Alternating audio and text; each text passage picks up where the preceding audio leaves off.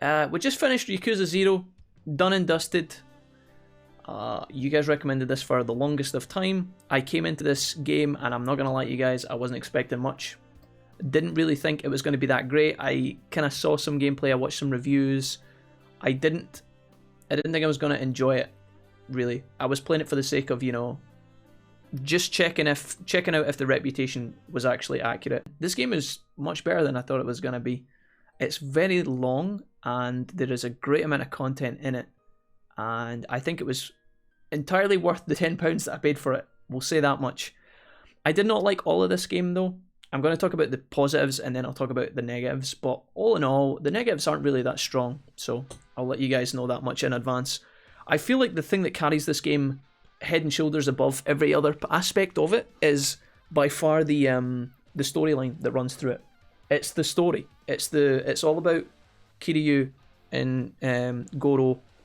All of the visuals in terms of the cinematics, all the animation, all the kind of facial constructions that exist in the anime or whatever, whatever kind of technology they use to like record the faces and allow the script of this game to play out with all the actors and voice acting is all really, really good, and it really did exceed my expectations. Because again, when someone says to you, "Have you seen Yakuza 0?" you go and you type in some gameplay, or you look up some like a quick review or whatever. All of you, like, the only thing you see is like people fighting on the street, people picking up like golf clubs and motorbikes and throwing them around and killing each other. I feel like, to me, at least for me personally, the thing I enjoyed head and shoulders above and by far the most in this game was the storyline. I feel like that's what kept me going, and I think that had I not been playing this with you guys, I still would have followed it through just to find out what happens with the characters. I wanted to know what happens with Goro and Kiryu. So voice acting, storyline, the script that's written for this game it must have taken a long time for people to put this together, and that needs to be credited. If you buy this game, even if you don't like the gameplay or any other aspects, the story is almost enough to carry it, in my opinion. You really do feel like when you get to the end of it, at least again, we've just watched the end right here, I feel like I've been on a journey with these characters, and that's ultimately what you want from a really good video game. So that was excellent. I feel like the amount of content exists in the game is obviously pretty impressive as well. The story is 17 chapters, and although the first couple of chapters are much bigger than the rest of the game, I felt like there was a weird imbalance there where the beginning chapters were very large, and then some of the later ones were very short. It's a bit skewed to say that there's 17 chapters, because you play 1 to 3 and you think this game must be massive, and it is quite lengthy, but it's not as big as some of the later ones.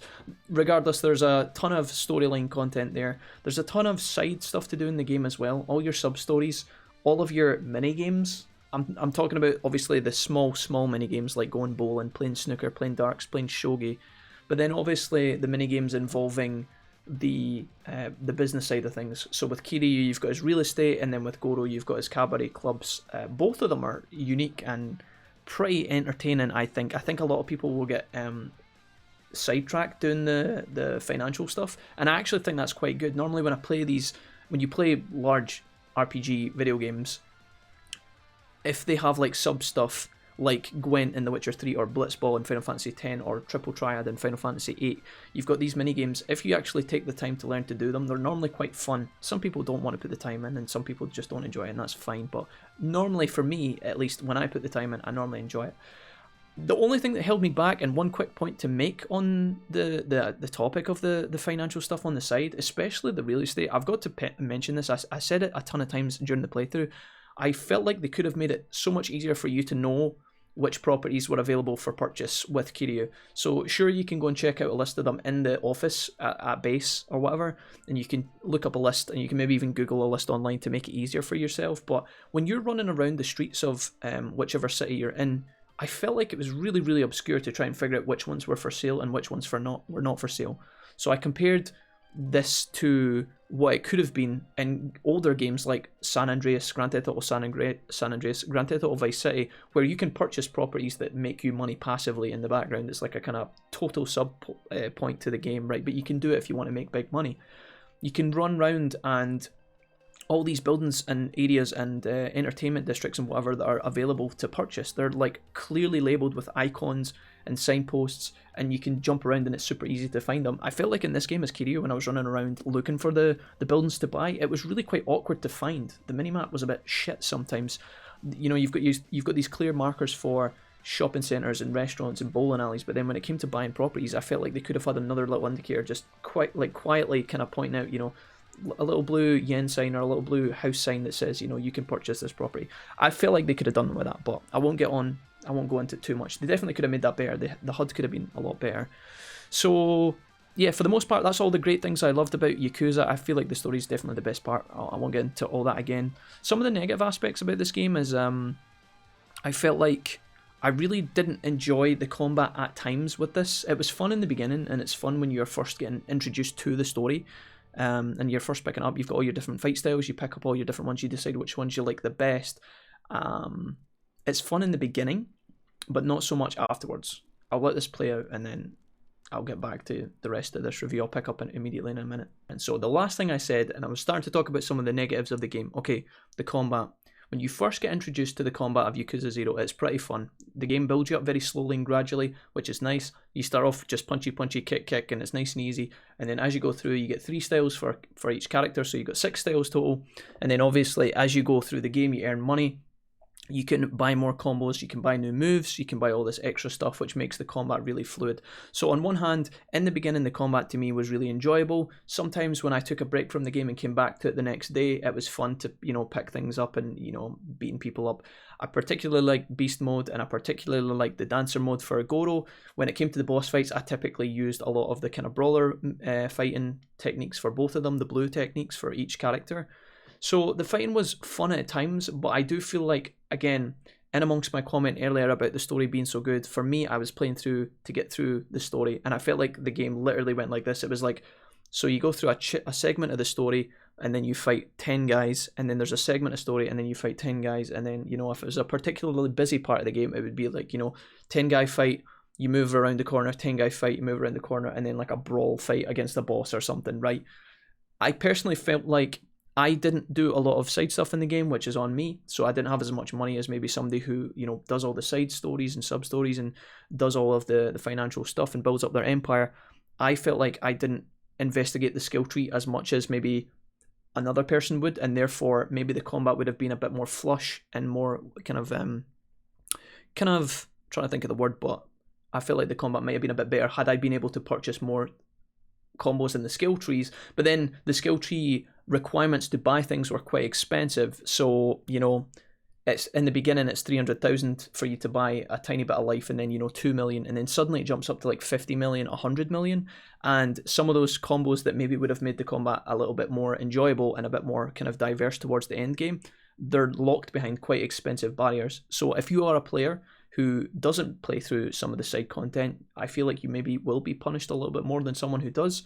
You could say that, well, Jack, that's a reward. If people are enjoying all the sub stuff and building up their, you know, their cash empire as a Yakuza player, then they get the rewards of the better moves, and that's totally fine. But I feel like it would have been a bit more enjoyable for me had I actually been able to do more combos for like a cheaper price, or maybe even just had like more diverse options in the skill tree.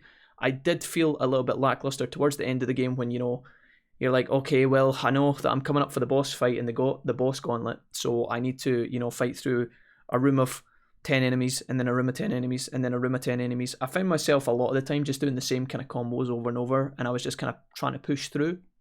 I will say, in each area, when you're fighting in different components of the game, if you're in different locations, the heat finishers, when you can actually activate them, felt really satisfying. Being able to throw people out of windows, being able to bang people off like walls that aren't normally there, or to throw people into lakes and rivers and, you know, generally interact with the environment around you with the heat finishers. The fact that there was such a diverse amount of those was actually quite nice, so I will give it props on that aspect. Again, some people have told me they find the combat really fun, and then other people who were hanging out with me told me they didn't enjoy the combat that much. I was total hit or miss. It was like night and day for me. Sometimes I really had fun, and then other times I was like, Jesus Christ, please let it end. I just want to get to the end of this chapter. I don't want to fight another 20 guys. I will quickly also point out that one thing that really frustrated me, just to kind of throw this in at the end, some enemies were quite frustrating, particularly the gun enemies. I won't get into too much detail, but towards the end of the game, when you have to get through some of the kind of gauntlet areas, when there are enemies with the guns, for me, I didn't have any armor against, or like armored protection against the bullets. So what would happen is I would try and get to the gun enemy. If there was more than one or two of them, this got really fucking annoying. I would try and get to the gun enemy. I would get shot, because the bullet can't miss. If the enemy has a chance to load his gun, he will shoot you. My character would take the hit, fall to the ground in a 2-3 second animation, then I'd get up and I'd have about 2 or 3 seconds to get to the enemy before he shot me again. Unlimited ammo, by the way, just continuously shoot. That felt quite frustrating, and I kind of wish that they had either tweaked and balanced that a little bit or just not put it in at all. I could have done with not having any gun enemies in the game, because when I pick up the gun and use it, it's got 3 shots, 4 shots, whereas the enemies are just like pew, pew, and then if there's 2 of them that split up, you have to get to both of them as they're shooting you. It's not a problem on normal difficulty because you've normally got enough health to carry you through, but that kind of pissed me off a little bit.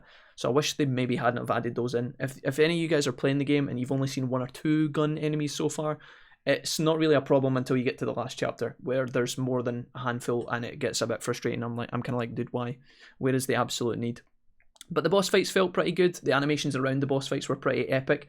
I found it pretty ridiculous that certain boss fights kept coming back over and over again, like the Kuze boss fight that you fight Kuze like 1,000,000 times. It's pretty hilarious, but it's all part of the banner. I do feel like this game should be credited for the fact that it's got such a good balance of, on one hand, there are really tense and gritty moments in the game that is very entertaining as an adult kind of enjoying a video game. But then also the game does a really good job of not taking itself seriously. Like Goro's introduction to the game, for example, you literally, when Goro is in his first fight, you just dance around the guy. When Goro's the manager of the hotel, you don't actually punch him. All of your combo beat brush moves are to just dodge his attacks. So there's a lot of gimmicky memes in the game, and I think that's brilliant. It's good that it doesn't try so hard to be super like edgy. It's got its dark moments, but then it's also got like its for fun moments, and I think that's pretty good, because if the game tried to take itself too seriously, when you get frustrated, it's a bit of a nightmare. I think it would drive a lot of people mad, and you'd be like, dude, fuck this. But when it has its comedic moments, it does put a smile on your face, and I think that kind of buys you back a little bit of faith sometimes. So that's just me. Again, some people will differ greatly on that in terms of like the combat and stuff to that initial point. I think a lot of people will disagree with that, or some people might agree. I don't know. For me, when I played this game, the best parts of it were the characters, the story, the empty lot. I thought was a great premise. I mentioned that earlier today. The idea of like the small tiny plot of land that everybody in Japan's fighting over is quite good. I feel like it was quite nice to get an introduction to the kind of the Yakuza hierarchy as well. Obviously it's fictional, right? But like I'm assuming a lot of this is based on some sort of not necessarily like, throwing people through windows and smashing their heads off toilets or anything like that, but I feel like it was nice to kind of get a bit of a kind of introduction to that era of Japan, and perhaps what some of the, what was going on around about that time period in terms of the politics and the clans and the Yakuza as a whole. I thought that was pretty good. So overall, I think I'm glad we played this game. Everybody's been asking me, are we going to play more games in the series moving forward? We probably will. I just need a break from it right now because I've been mashing square, triangle the entire time I've been playing this, and it was quite long. I'm glad we finished it. I'm glad we played it. Did I love all of it? No. But the story was very good. It was very reminiscent of the days of Metal Gear Solid 4, in my opinion. You're just kind of sitting back, enjoying the story a lot of the time, watching the cutscenes. You're eventually going to beat up 100 guys in between, somehow not killing any of them, apparently. No corpses, just lots and lots of maimed and crippled Japanese men left in the wake of Goro and Kiryu. But for the most part, it was a good time. Yakuza 0 better than I expected. GG's, guys.